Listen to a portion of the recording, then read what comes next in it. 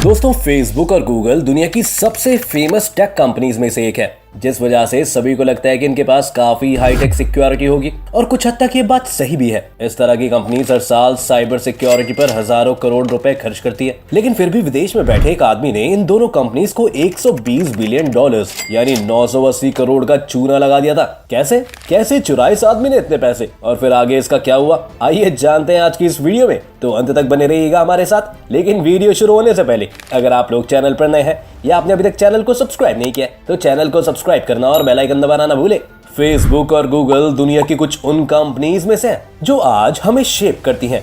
Google search या Google के बाकी सॉफ्टवेयर्स और सर्विसेज के बिना डेली लाइफ इमेजिन करना मुश्किल है, जबकि फेसबुक आज सोशल मीडिया स्पेस में एक बहुत बड़ा प्लेयर है। इसलिए इस तरह की दो इंपॉर्टेंट कंपनीज के साथ इतनी बड़ी घटना हो जाना लोगों को हमेशा ही क्यूरियस करता है, और इसलिए ये कहानी इस कदर लोगों को अपनी ओर खींच रही है। तो कहानी शुरू होती है ईस्टर्न यूरोप के देश लिथुआनिया से, जहाँ पर इवाल्डास रिमासाउस्कास नाम का ये आदमी रहता था। लेकिन ये कोई हैकर या कंप्यूटर एक्सपर्ट नहीं था, क्योंकि हैकर के लिए भी इन कंपनीज की सिक्योरिटी चकमा देना बहुत मुश्किल काम है। लिथुआनिया में वैसे तो बहुत ज्यादा क्राइम नहीं है, लेकिन वहाँ पर कार चोरी होने के कई मामले सामने आते रहते हैं। दुनिया भर में जहाँ भी कार चोरी होती है उन्हें ज्यादातर लिथुआनिया लाया जाता है, जहाँ उसके पार्ट्स को अलग अलग करके मार्केट से सस्ते रेट पर बेचा जाता है। लेकिन कार चुराने के काम में सबसे बड़ी दिक्कत ये थी कि हर एक केस को पुलिस को रिपोर्ट किया जाता था, जिस वजह से पकड़े जाने का खतरा हमेशा बना रहता था। लिथुआनिया की पुलिस भी ऐसे क्रिमिनल्स को लेकर काफी एक्टिव हो गई थी, इसलिए एवाल्डास को इस काम की जगह किसी दूसरे सेफ ऑप्शन की तरफ जाना था, जहाँ रिस्क बहुत कम हो। एवाल्डास को ये पता था कि वो इन बड़ी कंपनीज को हैक नहीं कर सकता,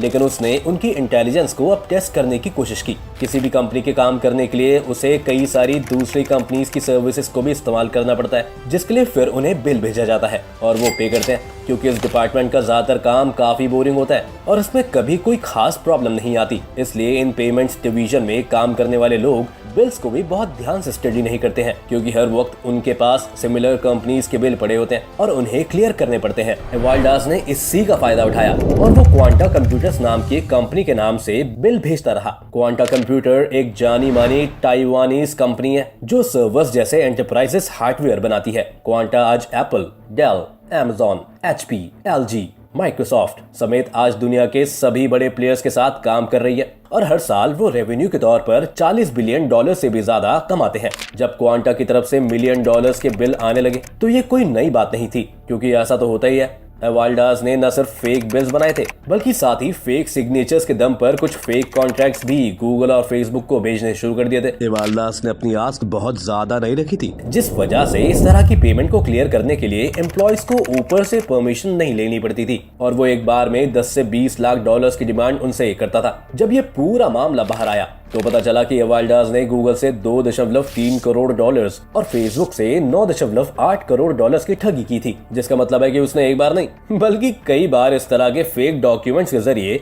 इन कंपनीज को बेवकूफ बनाया था, और वो भी तब जब सारा दिन यही कंपनीज लोगों को फेक न्यूज पहचानने से लेकर फिशिंग स्कैम से बचने के लिए लेक्चर देती रहती है। सबसे ज्यादा हैरानी की बात तो ये थी कि अगर फेसबुक और क्वांटा कंप्यूटर्स का आपस में इतना बिजनेस है तो फिर पेमेंट के वक्त ये पैसा फेसबुक को क्वांटा के ऑफिशियल बैंक अकाउंट में डालना चाहिए था, और अगर ऐसा होता तो वो ये पैसा रिकवर भी कर लेते। लेकिन एवाल्डास ने साथ में अपनी बैंक डिटेल्स भी मेंशन की थी, और तब भी किसी कंपनी को ये शक नहीं हुआ है कि इस बैंक अकाउंट को पहले वेरीफाई कर लिया जाए। एवाल्डास का प्लान काफी अच्छा चल रहा था, और साथ ही वो इतना समझदार भी था कि उसने अपना पैसा सिर्फ अपने बैंक में ही नहीं रखा, बल्कि पैसा आते ही वो इसे लातविया, साइप्रस, स्लोवाकिया, हंगरी और हांगकांग जैसी जगहों के बैंक अकाउंट्स में ट्रांसफर कर देता था। लेकिन एवाल्डास ने एक गलती कर दी। एवाल्डास को अपनी सिक्योरिटी के बारे में कभी चिंता ही नहीं हुई, इसलिए वो लिथुआनिया में बैठकर ये सब कर रहा था। जबकि अगर वो इस पैसे के साथ दुबई जैसे जगह पर मूव कर जाता तो इस स्कैम से बाहर आने के बाद भी FBI उसका कुछ नहीं बिगाड़ सकती थी, क्योंकि US और UAE के बीच में कोई एक्सट्रैक्शन ट्रीटी साइन नहीं है, इसलिए वो इस तरह के अरेस्ट नहीं कर सकते थे। लेकिन एवाल्डास का ओवर कॉन्फिडेंस आगे चलकर उसका सबसे बड़ा दुश्मन बन गया, क्योंकि जब इन कंपनीज को अपनी अकाउंटिंग शीट्स में ये गड़बड़ियां दिखने लगी तो उन्होंने तुरंत FBI को नोटिफाई कर दिया। इसके बाद एवाल्डास को ट्रैक करना कोई बड़ी बात नहीं थी, और इसके बाद लिथुआनिया से उसे अरेस्ट कर लिया गया। और फाइनली जब वो कोर्ट पहुंचा तो उसने अपना जुर्म कबूल भी कर लिया। इस पूरे क्राइम के लिए उसे 5 साल की सजा हुई, जो कि 2024 के अंत में खत्म हो जाएगी। मजेदार बात यह है कि कोर्ट ने एवाल्डास को ये पैसा वापस करने के लिए भी कहा था, लेकिन उसने अभी तक सिर्फ 4.9 करोड़ डॉलर ही वापस लौटाए हैं, जबकि वो 12.1 करोड़ डॉलर से ज्यादा की चोरी कर चुका है। कोर्ट ने उसे 2.7 करोड़ डॉलर रेस्टिट्यूशन के तौर पर भी पे करने के लिए कहा था। अगर वो ये पेमेंट्स कर भी देता है तो उसके पास 4 से 5 करोड़ डॉलर्स बच जाएंगे। तो एक तरह से देखा जाए तो जेल से बाहर आने के बाद 500 करोड़ से भी ज्यादा की संपत्ति होगी उसके पास, जो कि बहुत अच्छी डील है। दुनिया में ऐसे बहुत से लोग हैं जो 500 करोड़ के लिए 5 साल जेल में रहने के लिए ऐतराज नहीं करेंगे। लेकिन दूसरी तरफ फेसबुक और गूगल भी इसे एक विक्ट्री के तौर पर ही देख रहे हैं, क्योंकि उनके लिए बात पैसों की नहीं है। दोस्त, बेकारी नहीं है अपन, बहुत पैसा है अपने पास। जितना पैसा एवाल्डास ने चुराया है उतना तो ये कंपनीज 1 सेकंड में कमा लेती है। उनके लिए बात प्रिंसिपल की थी, और इससे दुनिया में ये मैसेज भी गया कि अगर उनके साथ धोखा करने की कोशिश की जाएगी तो लोगों को अंजाम भुगतना ही होगा।